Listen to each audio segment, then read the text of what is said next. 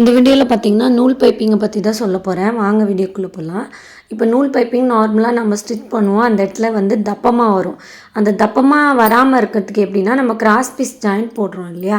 So அந்த joint போடும்போது அந்த ஜாயிண்ட்டை வந்து நாங்கள் அப்படியே வச்சு ஃபோல்டு பண்ணுறதுனால தான் அந்த இடத்துல தப்பம் ஜாஸ்தி வரும். பாருங்கள், இப்படியே வச்சு நம்ம இப்படியே மடிப்போம். ஸோ அப்போ என்ன ஆகும், அந்த இடத்துல ஓவராக தப்பமாக வரும். ஸோ அந்த மாதிரி வராமல் இருக்க அந்த துணியை ரெண்டு பக்கம் ஜாயின் பண்ண கிளாத்தை நல்லா கீறிட்டு அதுக்கப்புறம் துணியை வச்சு ஸ்டிச் பண்ணிங்க அப்படின்னா உங்களுக்கு வந்து கரெக்டாக வரும். உங்களுக்கு வந்து அந்த நூல் பைப்பிங் அந்த இடத்துல தப்பம் வராமல் மேடு பள்ளம் வராமல் கரெக்டாக வரும்.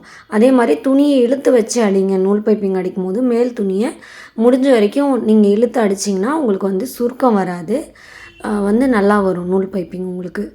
அப்புறம் இந்த நூல் பைப்பிங் எதுக்கு ரெடி பண்ணுறேன்னா, இது வந்து தாமரை பேட்டர்ன் ப்ளவுஸ் வந்து கஸ்டமர் கேட்டிருக்காங்க. ஸோ யாரெல்லாம் நம்ம பேஜை ஃபாலோ பண்ணாமல் இருக்கீங்களோ கண்டிப்பாக ஃபாலோ பண்ணிக்கோங்க.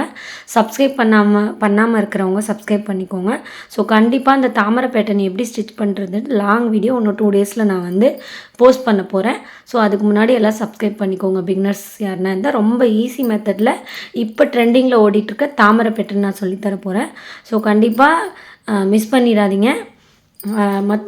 ப்ளவுஸ் வந்து நார்மலாக ரவுண்ட் நெக் வச்சு கட் பண்ணி வச்சுக்கோங்க.